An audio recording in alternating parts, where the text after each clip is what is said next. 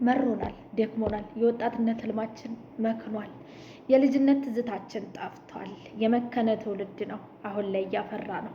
ወንድሞቻችን መማር ባለባቸው ሰዓት፣ እህቶቻችን መማር ባሉባቸው ሰዓት በስደት ያሳራት ሆነዋል። ሰሞኑን ከሚለቀቁ ቪዲዮዎች እና እንዲሁም ብሬክስ ሀበሻዊ እንደምታው ስሜታዊ ሆኖ ከተናገረው ቪዲዮ የአብዛኛው ሰው ምንድነው ዜዳ አይተሸዋል ያንን ቪዲዮ እስኪ ላኪልኝ እኔም ወንድሜን እዛ ላይ ልፈልገው ነው የሚባል የሚል ቴክስት ነው እኔ ጋር ሆነ የበዛው ማለት ነው። እውነት ለመናገር መሀን ጅብ በላት ይባል ነበር። አሁን ላይ ወላድን ነው ጅብ የበላት። በየተቀኑ የሰው ልጅ ሞት እየበዛ የየቀኑ በጃል ሞታችን እየበዛ ነው ያለውና ተጋራና ተሸንተሩ ሰው ማለት ሰው ሀገር ማለት ሰው ነበረ። ነገር ግን አሁን ላይ ጋራና ሸንተረር የተከበረውን ያክል የሰው ልጅ እየተከበረ አይደለም።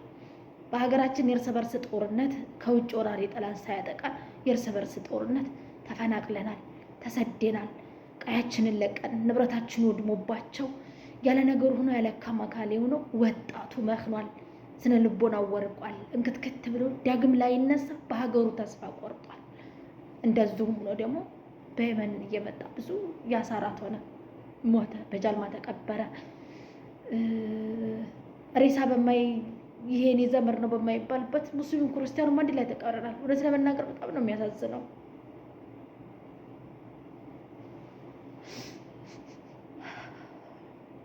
ብዙ ስቆቅ አለ። ብዙ እህቶች ዝጋ የወንድሞቻቸው የቶቻቸው ሀዘን ቁርምርምድ አድርጎ አስቀምጧቸዋል። ህይወት ምን እንደሆነ ያልገባቸው ብዙዎች አሉ። ለምን ብለው መኖር እንዳለባቸው ራሱ የማያውቁ ብዙ እናቶች አሉ። ከአንድ ቤት 2 ልጅ የመጣበት ሰው አውቃለሁ። እኔ ራሱ እኔ ጋር የደረሰኝ ማለት ነው። ከአንድ ቤት 3 ይመጣል። ጅቡቲ ላይ እየሰሩ እናትና አባታቸውን የሚያስታምሙ መድኃኒት የሚገዙ ልጆች ደላላ አንጥቶ አንዷ ታማ ሆስፒታል ተመታ፣ በጥይት ሆስፒታል የገባቻለች። አንዷ ደግሞ አድራሻዋ ይጠፋል። አንዷ ደግሞ የት እንዳለች ምንም አይታወቅ ማለት ነው። ብቻ አንዳንድ ጊዜ እንደው ምንድነው የሚባለው ይሄ እኔ ሰው መሆን የምጠሉበት ጊዜ አለ አይደል? ያ ስሜት እንደዚህ አይነት ስሜት ነው የተሰማኝ። ታናናሾችን አስባቸዋለሁ፣ እናቴን አስባታለሁ። እኔ ራሴ የምኖርለት ሰው ሊኖረኝ ይገባል። እኔ የኔ ቤተሰቦች ደህና ስለሆኑ እነዛ ደህና ስለሆኑ አይደለም።